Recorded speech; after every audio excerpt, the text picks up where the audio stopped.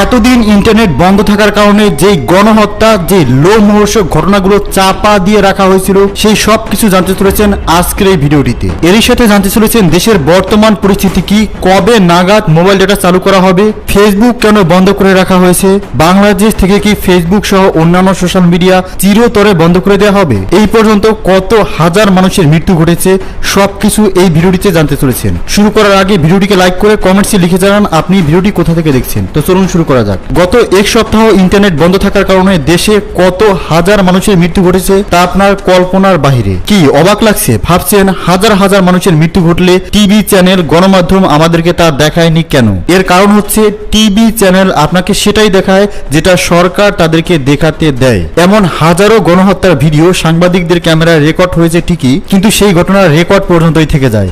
বেশিরভাগ ঘটনায় সাংবাদিকদেরকে গণমাধ্যমে প্রকাশ করতে দেয়া হয় না, চাপিয়ে রাখা হয়। বলতে পারেন এই ঘটনাগুলো প্রচার করতে দেয়া হয় না। গণমাধ্যম আপনাকে সেটাই দেখায় যেটা সরকার তাদেরকে দেখাতে দেয়, আর সোশ্যাল মিডিয়া আপনাকে সেটা দেখায় যেটা বাস্তবে ঘটে। তাই এই ভিডিওতে আপনি সেটাই দেখতে চলেছেন যেগুলো গত এক সপ্তাহে সারা দেশ জুড়ে ঘটেছে। আপনি কল্পনাও করতে পারবেন না কতটা লোমহর্ষক হত্যাকাণ্ড চলেছে এক সপ্তাহ জুড়ে। আপনি জানেন কি, সেনাবাহিনীর হেলিকপ্টারে করে আন্দোলন চলাকালীন আকাশ থেকে গুলি করা হয়েছে। ঢাকা মেডিকেল কলেজ হাসপাতালে যতগুলো মানুষকে ভর্তি করা হয়েছে তার বেশিরভাগই মৃত্যু অবস্থায় ফিরেছে, কিন্তু ডেথ সার্টিফিকেটের যে লিস্ট, সেই লিস্ট উধাও করে দেওয়া হয়েছে, যে কারণে মৃত্যুর আসল সংখ্যাটা গোপন রাখা হয়েছে। এখন আপনাদেরকে গণহত্যার কিছু ভিডিও ফুটেজ দেখাবো যেগুলো লুকায়িত রাখা হয়েছিল। মনোযোগ সহকারে দেখুন এবং এরপরে জানাবো ফেসবুক সহ অন্যান্য সোশ্যাল মিডিয়াগুলো কেন বন্ধ রাখা হয়েছে বাংলাদেশ থেকে, কবে নাগাদ এগুলো চালু করা হতে পারে, বাংলাদেশ থেকে কি ফেসবুক সহ এই সমস্ত সোশ্যাল মিডিয়া চিরতরেই বন্ধ করে রাখা হবে।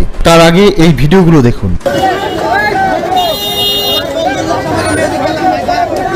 আপনারা আমাদেরকে ক্যাম্পাসে নিয়ে যান।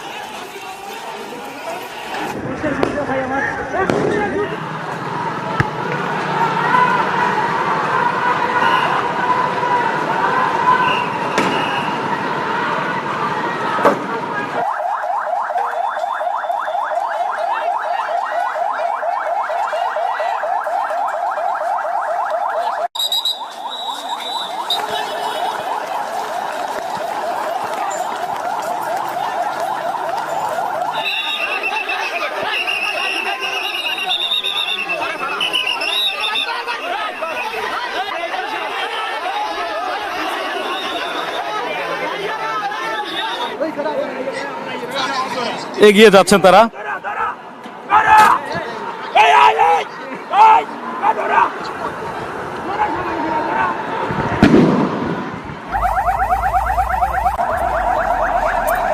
এখন আপনাদেরকে জানাবো ফেসবুক কেন বন্ধ রাখা হয়েছে।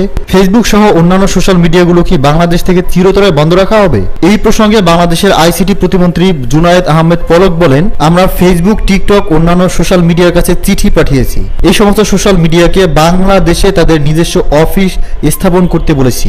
যদি তারা বাংলাদেশে নিজেদের অফিস স্থাপন করে এবং বাংলাদেশ সরকারের নির্দেশনা মেনে চলে, তবে ফেসবুক সহ অন্যান্য সোশ্যাল মিডিয়া বাংলাদেশে চালু রাখা হবে।